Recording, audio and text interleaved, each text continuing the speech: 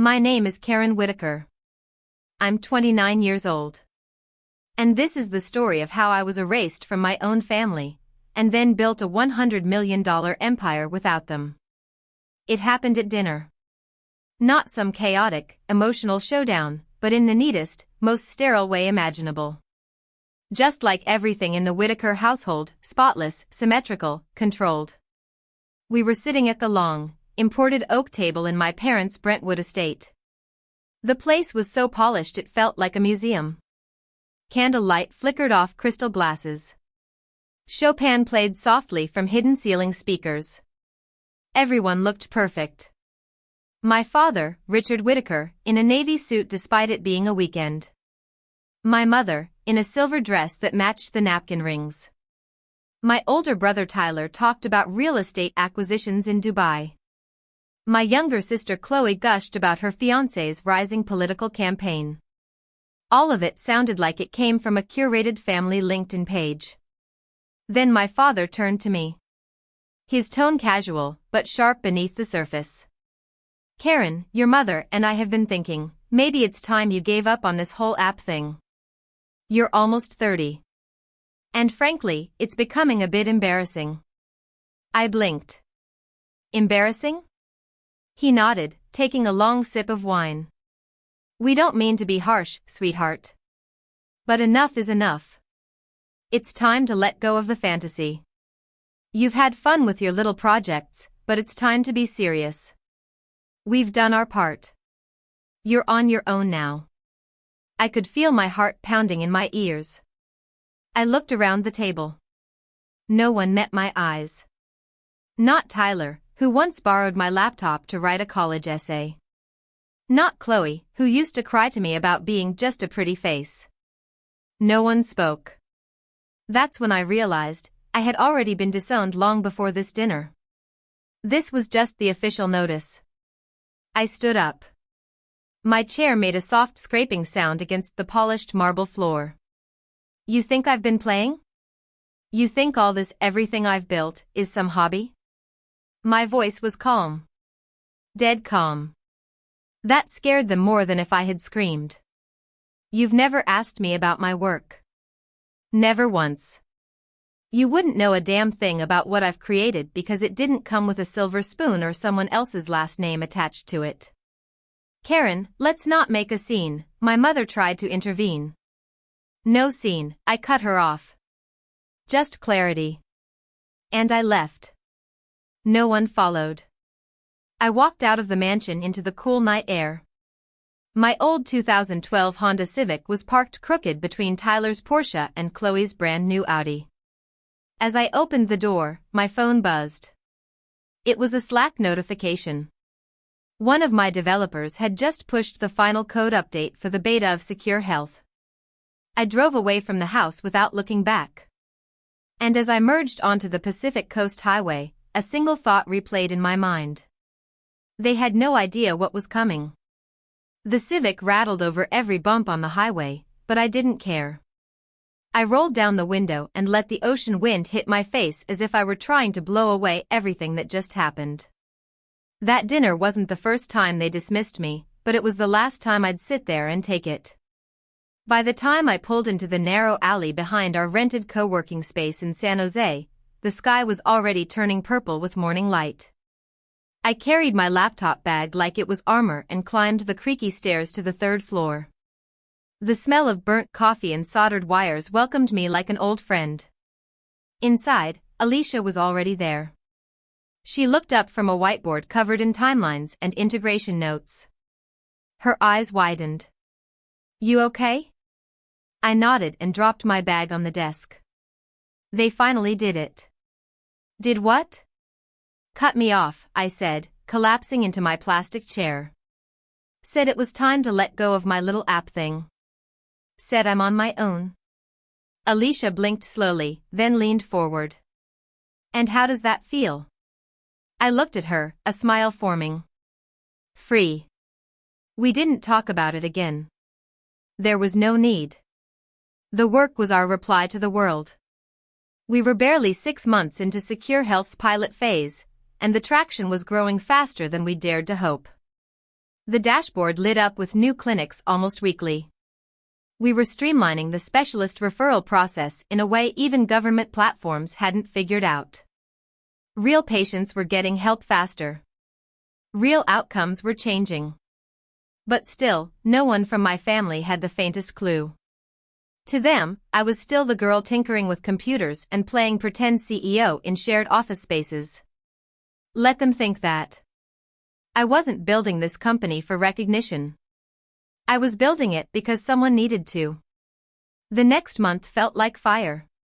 We closed a pilot with a mid-sized hospital in Boulder, Colorado. Alicia coordinated every onboarding meeting while balancing care for her aging father. Javier, our back-end genius, rewrote the server logic to scale across multiple facilities. I barely slept, surviving on protein bars and Red Bull. We were stretching ourselves thin emotionally, physically, financially. And then, it happened. A video call from St. Helena's Hospital director. "I just wanted to say thank you," she said, her voice trembling slightly.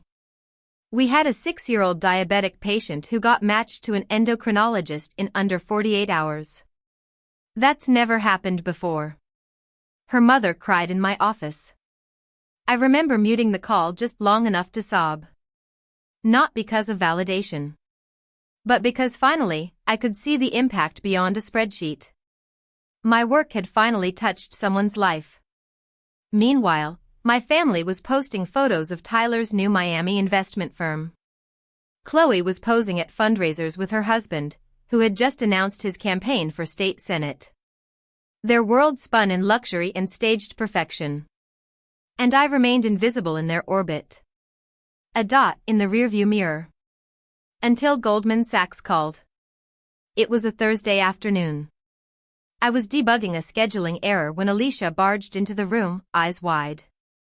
"Karon," she said, barely breathing, "Goldman. Marcus Levine. San Francisco office. He wants to talk about IPO timing." My fingers froze on the keyboard. "IPO?" She nodded. "They've been watching. Someone from St. Helena's board gave them a full report. They think we're hitting critical mass. He called you a high-priority candidate." I stared at her. Then at the screen. Then back to her. We'd crossed the invisible line. The one between scrappy startup and the kind of company they can't ignore anymore. We took the call the next day. Marcus was polite, inquisitive, but direct. "We're looking at a Q2 announcement, pre-IPO valuation at $100 million depending on the next 2 quarters. I didn't even blink. Make it happen. That night, I sat in the same spot where I once sobbed from burnout. But this time, I opened a new document. Subject, to whom it may concern, Secure Health IPO planning phase. I didn't send it to my family. I sent it to my lawyers. The next dinner at Tyler's mansion was approaching. I RSVP'd yes, not for the food, not for the fake smiles. But because it was time. Time for them to realize they didn't break me. They birthed me into fire, and I learned to walk through it. I walked into Tyler's mansion like I had nothing to prove, and everything to protect. He lived in Pacific Palisades now. The kind of home with a gated courtyard, a built-in Italian olive grove, and a kitchen bigger than my entire first apartment in Pasadena. The driveway looked like a car commercial, his Porsche gleaming beside Chloe's Audi SUV. I parked my Civic behind them like a quiet rebellion and stepped out. A valet gave me a look. The kind that asked, "Are you lost?" I didn't answer. I didn't need to. Inside, the same scent of perfection I remembered from my parents' home hit me like a ghost: sandalwood candles, faint lemon polish, something floral and overly refined. Crystal clinked in the air, voices murmured about portfolios, campaign contributions, and yacht itineraries. My mother was already in full socialite mode, silver dress flawless, her smile sharper than the wine glasses on the table. When she spotted me, she walked over like nothing had happened. "Karon," she said, pressing a cold cheek against mine. "So glad you could make it." You look rested. Rested. Not successful. Not welcome. Just rested. I smiled, tight. Traffic was light. Chloe waved from across the room. Her pearl necklace gleamed under the chandelier. Tyler stood in the center like a host at his own award show, surrounded by 3 men in suits. One of them noticed me and raised a glass in my direction. Tyler turned. For a moment, he stared. Not recognition. Not warmth. Just a pause, like a professor trying to remember a student from a decade-old roster. Then, he turned back to his group. I stood by the bookshelf, sipping water, the only thing in the room that didn't taste like judgment. Dad's voice floated through the air as he boasted to a guest. Tyler's fund is launching Phase 2, $30 million in seed capital already locked. Chloe's prepping for a federal case, big implications for her firm. We're incredibly proud. Then, that shift. The glance in my direction. Casual, but intentional. And Karen's still doing her tech thing. Creative field, of course. But unclear future. A pause. No one asked for more. No one ever did. Dinner was served without fanfare. The chef introduced each course like it was art. Crab bisque. Glazed duck. Something with imported truffles. All stunning. All hollow. The conversation picked up as wine flowed. Everyone talked about legacy, leverage, strategy.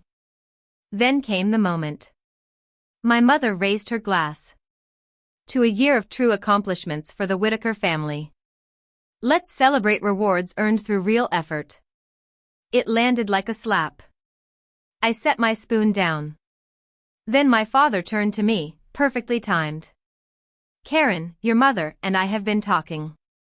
We think it's time to end any remaining financial support. I blinked. What financial support? He frowned slightly. The name. The reputation. The doors it opens. I laughed. Quietly, but sharply. You think I've been living off the Whitaker name? You still use it, he said. It carries weight. Even in tech. Chloe leaned forward. This isn't criticism. We're just saying, look around. We're all doing things that matter. Tangible. Serious. You're still out there with your laptop experiments. Tyler added, it's not too late to come home. Maybe work under Chloe's firm?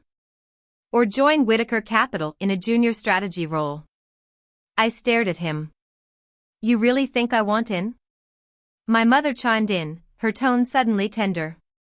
Honey, we just want you to think about the future. I stood. Good. Because the future just called. They blinked.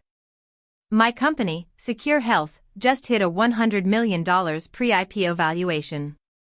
Goldman Sachs is managing the deal. We're closing a $40 million investment round this week. Silence. Chloe's wine glass clinked against the table. Tyler sat up straighter. Wait, Secure Health? That's your company? I nodded. It's been my company for 4 years. CEO. Majority owner. We operate in 12 states. We've cut wait times by over 60% in some hospitals. And we're expanding into pediatric care next quarter. My father's jaw tightened. You've been keeping this from us? No, I said. You never asked. My mother's voice turned syrupy. Well then, we should celebrate. Finally. A Whitaker doing something that. No. I cut her off clean. No parties. No statements. No investments. The cap table is closed. There's no room for late believers. Tyler tried again. Maybe a board seat? Just to represent the family? No, I said. The board belongs to the people who stood by me when all I had was a $49,000 savings account and a dream you all mocked. My mother clenched her jaw. You're being spiteful. What I'm being, I said, is done. I walked to the door. My father rose, trying to reclaim his tone of control. If any future collaboration arises? I turned around. If it does, it'll be a professional decision. Not a family favor. And certainly not from someone who once called my work a hobby. They all sat there, stunned, trying to reconcile the daughter they dismissed with the woman standing before them. Just before stepping out, I looked at Chloe. Oh, and if your husband still needs a healthcare platform for his campaign policy, the basic consultation starts at $75,000. I smiled. Make sure his office calls mine. Then I left. And for the first time in my life, I didn't look back. The air outside Tyler's mansion was thick with the scent of imported jasmine and ego. I stepped into the night with my head high and my pulse steady, as if I'd just walked out of a courtroom, not a dining room. And maybe I had. A courtroom where I finally delivered the verdict they'd written for me years ago, but with my pen this time. My phone buzzed the second I reached the curb. 3 missed calls from Alicia. 1 message. Just 2 lines. SoftBank approved. $40 million. Valuation confirmed at $100 million pre-IPO. I stared at the screen, letting those numbers sink in. Not because I needed the validation, but because this was the moment. The exact moment everything they once ridiculed became undeniable. I had done what none of them expected. I turned slightly, just enough to glance back at the mansion, where I could see figures moving behind the tall glass windows. Someone, my father, maybe, stood frozen in the entryway, staring at me like I was a stranger he forgot to study.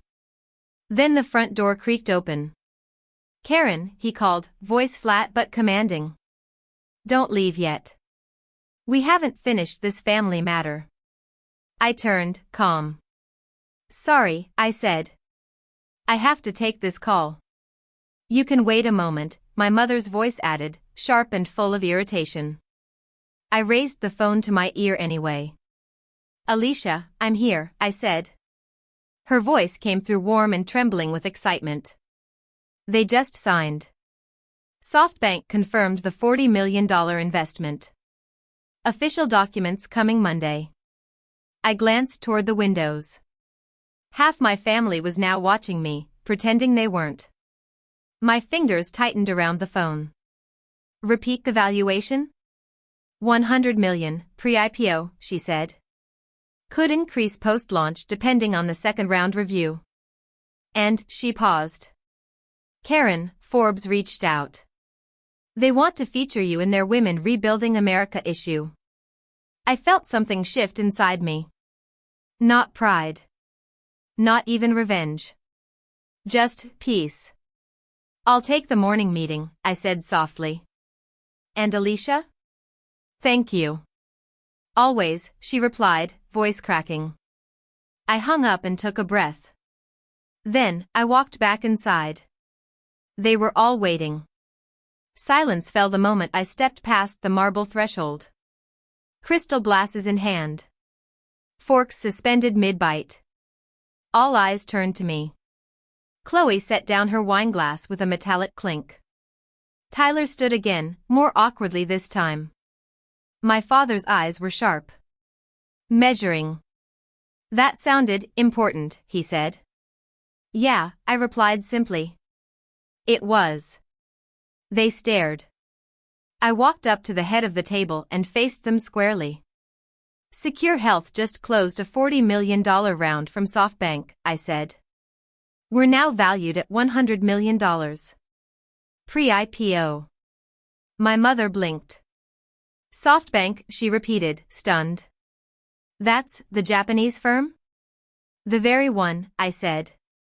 Goldman Sachs is managing the IPO. Marcus Levine sends his regards. Tyler looked like he'd swallowed a bone. Marcus knows you? He called last week to congratulate me. Another silence. The kind that only happens when a room full of people has been slapped by the truth. My father finally spoke.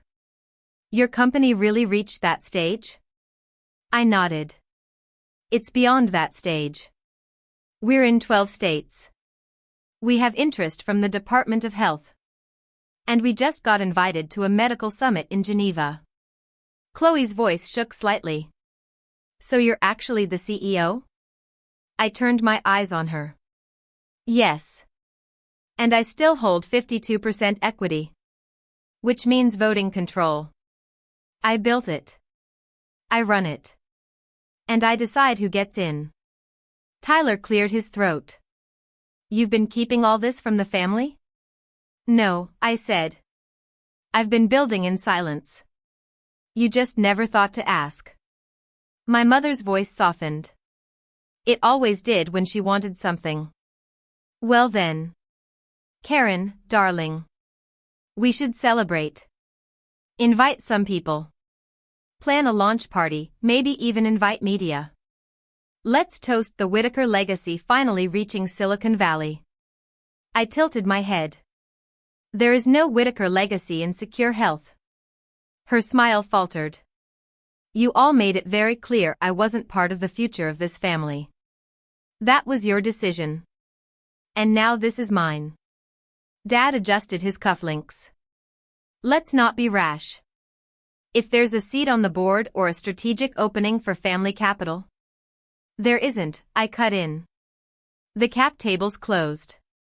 My board consists of people who believed when there was nothing but a borrowed office and a cracked coffee machine. Tyler leaned forward. So what, you're just cutting us out? I shook my head. No. I'm simply refusing to rewrite history. I'm not here because of you. I'm here in spite of you. Chloe scoffed, her smile returning with a bitter edge. You always did have a chip on your shoulder. No, I said. I had silence.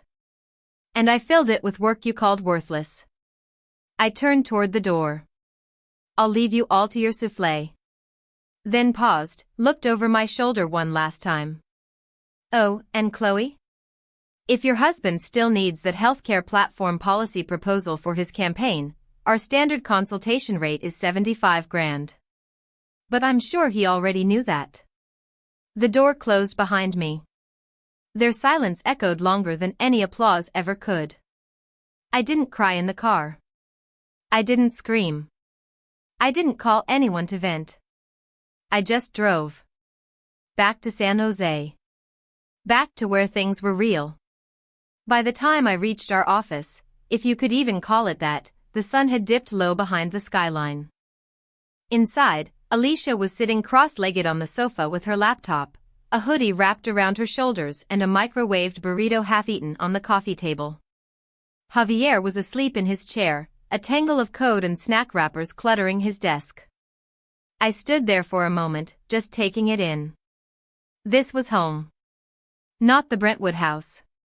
Not the polished mansions. Not the perfect plates of soufflé and invisible rules. This was mine. Built from nothing.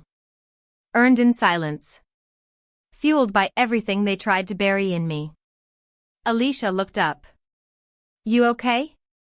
I nodded and walked over to the table, opening my laptop without a word. We still had hospital pilots to onboard, compliance audits to run, and back-end stress tests to finish before the Series C meeting. There wasn't time for reflection. Just action. That's what built Secure Health in the first place, relentless execution. But a few days later, something shifted. Alicia walked into the office with a bouquet so massive she had to hold it with both arms. White orchids. Ecuadorian roses. Purple hydrangeas. It looked like something out of a royal wedding. She dropped it on the center table, pulled out the card, and read aloud. Proud of you. Love, Mom and Dad. The silence in the room turned heavy. Javier sat up from his nap, rubbing his eyes. I stared at the bouquet. They know, Alicia said softly. They must have seen the IPO press coverage. I didn't reach for the card. Send it to the pediatric ward at Oakland Medical, I said. Those kids need color. I don't. Alicia didn't push back. She nodded and carried it back toward the elevator, bouquet trailing like a ghost of something long dead. When IPO day arrived, we didn't fly to New York or rent some glossy suite. We held our bell ceremony virtually from our conference room. A projector screen lit up with the NASDAQ stream. The Secure Health logo spun across the massive screen in Times Square, blue, white, and bold, with the tagline beneath it. Transforming access. Changing outcomes. I didn't ring the bell. Alicia did. Her hand trembled as she struck it, her eyes misting over in front of the webcam. Behind her, the room erupted in cheers. Not media-trained, not choreographed. Just real. Engineers, assistants, nurses turned consultants, analysts who once dropped out of college, all clapping and screaming with joy. That day, Secure Health closed at a $220 million valuation. My personal account crossed $112 million. Not including unvested shares. I sat at my desk after the celebration, sipping cheap black coffee from the same chipped mug I'd used since year one. My inbox overflowed. Journalists. Investors. Distant family members. A few high school friends who suddenly wanted to reconnect. But I only returned one call. Aunt Martha, I said when she picked up. Her voice cracked. You did it, baby. You were the only one who ever believed I would. No, she said, you did that all on your own. I just prayed they'd live long enough to see what they threw away. We spoke for 10 minutes. I never mentioned the rest of the family. I didn't need to. 3 days later, I got a message from my mother. Let's celebrate together. I've booked Nobu. Bring a guest if you'd like. I replied with one line. Fully booked. We'll arrange a meeting when it's time to discuss the pediatric patients in Los Feliz. I never blocked her. But I never went back either. Instead, I focused on the part that mattered most, the mission. I launched the Alice Whitaker Foundation 3 weeks after the IPO. Quietly. No press. No family tie-ins. Just one goal. To fund STEM education for girls from low-income families, especially those who'd been told they weren't good enough. That tech wasn't for them. That their voices didn't matter. We didn't waste money on viral videos or glossy campaigns. The website had one line. You don't need their approval to begin. You only need to not abandon yourself. Every Friday, I visited schools across the state. Sometimes East Oakland. Sometimes South Sacramento. I wore jeans, sneakers, and no makeup. I spoke not like a CEO but like someone who knew what it was like to be dismissed before you ever got to speak. One 8th grade girl asked me, if everyone thinks I'm not smart enough, should I still try? I looked her dead in the eye. Yes, I said. Because the truth is, they're not scared that you'll fail. They're scared that you'll prove them wrong. She didn't smile. She nodded. Fierce. Silent. Just like I once was. Later that month, Chloe sent me an email. Attached was an invite to her husband's political fundraiser. She wrote. We could use Secure Health's voice in public policy reform. You have influence now, Alice. Maybe we could align. Alicia read the message before I even opened it. She responded with 3 short lines. Thank you for the invitation. Secure Health is not participating in political fundraising activities. Kindly direct all future communication to our public affairs team. I never saw Chloe's name in my inbox again. They call me the daughter who returned. The one who came back shining after being cast out. But I didn't return to be embraced. I returned to make sure others didn't have to fight the same battle alone. 2 months after the IPO, the world around me had changed, but I hadn't. I still arrived at the office early. I still used a $10 backpack. I still preferred handwritten notes over endless email threads. The difference was, now people listened. I was no longer the girl they questioned at pitch meetings or the name they skipped in family introductions. I was the woman whose company had just restructured part of the national healthcare referral system, whose foundation was sponsoring 20 girls across 5 states to attend their first summer STEM camp, whose face appeared, without warning, on the cover of Forbes with the headline, "The girl once called a failure, now rebuilding the future of American healthcare." I didn't repost the article. I didn't send it to my parents. I didn't have to. I knew they saw it. My phone buzzed for days with secondhand mentions. Former neighbors. My dad's college golf buddy. Even a board member from my old high school who once said tech wasn't a ladylike pursuit emailed asking to schedule a visit to campus. I ignored it all. Because I'd finally learned the truth. If it takes national headlines for people to believe in you, then their belief was never real, it was just a reaction to momentum. Still, the letter from my father caught me off guard. It wasn't a call. Or an email. It came in the mail. Cream-colored envelope. Neatly handwritten. My name in tight, precise script on the front. Inside was a single page. Karon. I'd like to meet to understand your work. Not as your father, but as someone who failed to understand what he should have from the start. I read it once, then folded it neatly and slid it into the bottom drawer of my desk. Not out of anger, but because I didn't need it. For so long, I thought acknowledgement would be the finish line. That if I could just earn one nod from the people who cast me aside, it would all mean something more. But I didn't need their nod anymore. Their absence was the soil my strength grew in. The week after the letter arrived, I hosted a foundation advisory brunch in the backyard of our office building.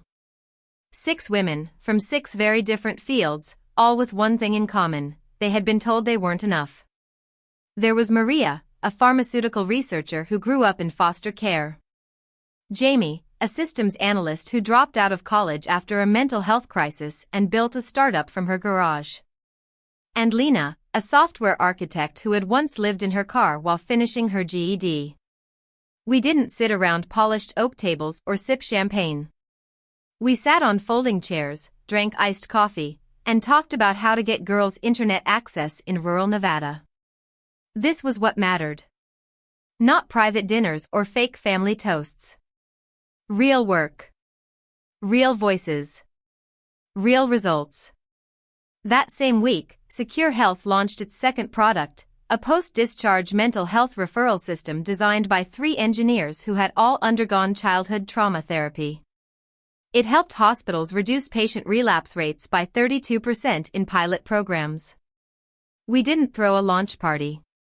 We sent a thank you gift to the shelter in Oakland where one of the engineers once lived. On a quiet Tuesday evening, Alicia knocked gently on my office door. She was holding her phone. "There's something I think you should see," she said. She handed me the screen. It was a video. A young girl, maybe 14, standing in a cluttered bedroom with a laptop behind her and notes pinned all over the walls. She looked nervous. Then began to speak. "Hi. My name's Amy. My sister met you when you visited Franklin High. She came home and told me everything. I didn't think people like you existed. But I applied to the Berkeley Summer Computer Science program. And I just got in." Her voice shook slightly. "I didn't think I could do that. But Miss Alice said, you don't need permission to begin." And I believed her. The video ended. For a moment, I couldn't speak. Then I sat back slowly and whispered, "That's it." Alicia raised an eyebrow. "What is?" "That's the return on investment," I said. She didn't answer. Just smiled and stepped out. Outside the window, the city lights flickered like distant signals, tapping in the dark, offering stories of hope and grit and quiet victories. I didn't need applause. Or headlines. Or even closure. All I needed was one more girl like Amy. And then another. And another. Because when your feet finally find solid ground, the next thing you do isn't pose for a portrait. You reach back. And pull someone else up. The first time I saw my name on the side of our new headquarters in Mission Bay, San Francisco, I didn't feel triumphant. I felt still. No fireworks. No tears. Just a quiet kind of rightness. Secure Health Technologies sat on the 7th floor of a glass and steel tower overlooking the bay. The building wasn't flashy. It didn't need to be. Every wall inside had been built with intention, open spaces for collaboration, a pediatric telehealth corner in the works, and quiet rooms with soundproof panels for employees who needed a break from the world. Outside my office door, the plaque read, Karon Whitaker, CEO. Not daughter of. Not connected to. Just me. The me I fought to become. We'd just hired our 85th employee. Our third product, a predictive care engine for underserved chronic patients, was entering early trials in Ohio and Arizona. Alicia was leading foundation outreach full-time now. Javier ran our engineering team like a general with a whiteboard. The company was growing faster than I could have imagined, but I wasn't chasing growth anymore. I was planting it.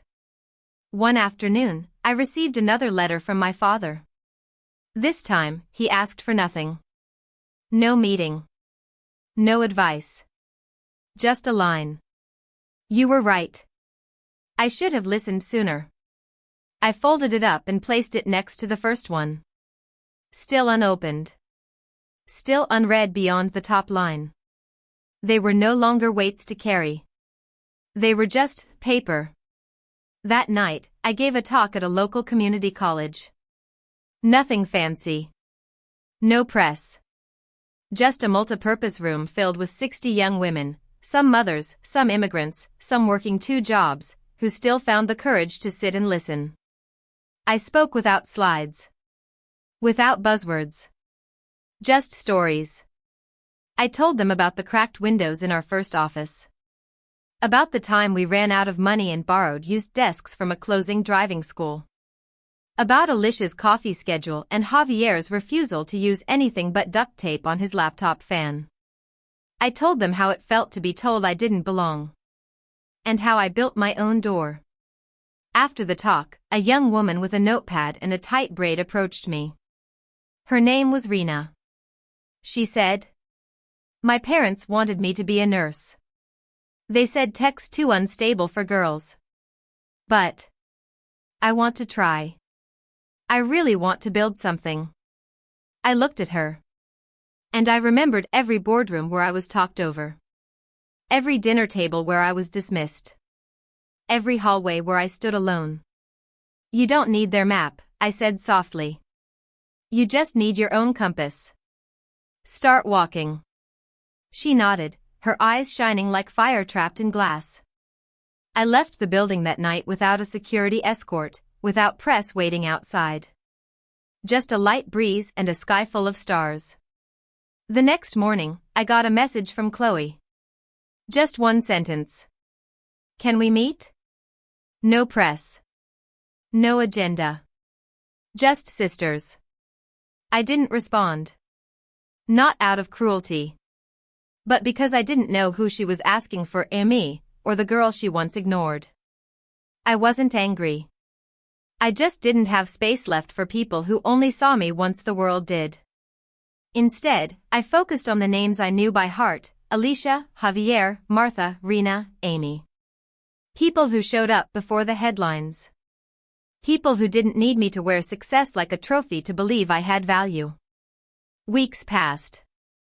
Then months.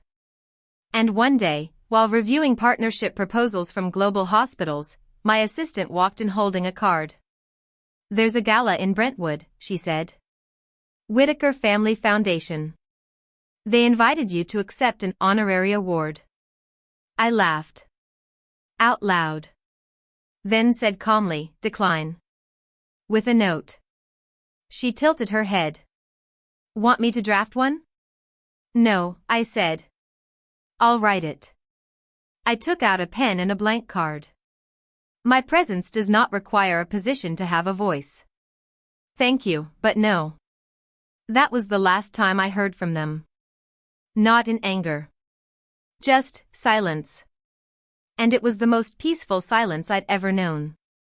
I now spend most of my time building what I call bridges to the invisible, tools, scholarships, mentorship programs for girls who don't come from boardroom families or legacy schools.